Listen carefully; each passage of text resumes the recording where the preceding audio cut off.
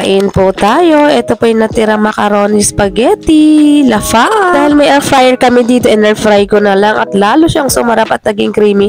Lalong-lalo na kung nilagyan natin maraming keso. Ayan, tingnan nyo naman, lemon is life. Kahit medyo nakakaamoy at nakakaramdam na ako ng panlasa niyan, ayan, kain tayo dahil favorite ko nga ito. Pagkatapos niyan, ayan, nag-aantay na lang kami ng oras ng 11:40 at para kami ay papasok na naman. Kaway-kaway sa mga nanay na katulad ko, hatid sundo pa rin sa mga anak kahit ilang taon na sila. Ayun na nga, 11:40 na niya, kami ay lumabas na at for the lakad na magnanay. Daily routine, repeat routine natin ang pagsakay lagi ng tricycle, mga ba. Dahil malapit na rin ang aming periodical at kailangan talaga namin araw-araw na magsipasok kasi nga at kailangan makapag-review na rin. At pasensyahan niyo na ang aking boses, ako ay namabaos pa rin. Ewan ko ba sa panahon na ito. Napaka-struggle lang talaga pag paghapon ng estudyante mo ay init talaga ang kalaban mo kaya talaga kailangan magdala ng payo. Nahatid ko ay Kuya Yuan, ito ang ating daily routine. Maglalakad pa rin tayo. Ito lang araw-araw nating senaryo. So, tignan nyo naman kung gaano ko palagi pineflex sa inyo ang ganda ng background natin. Mamayang alas 5 ulit, tayo ay magsusundo na naman mga Mars. Pareho pa rin ang ating nilalakaran patating ng hapon. Sanay na naman ako sa gandong senaryo at medyo malapit nga lang naman. O siya, hanggang dito po muna. Bukas po ulit. Follow for more mini vlogs. Salamat sa panonood and God bless.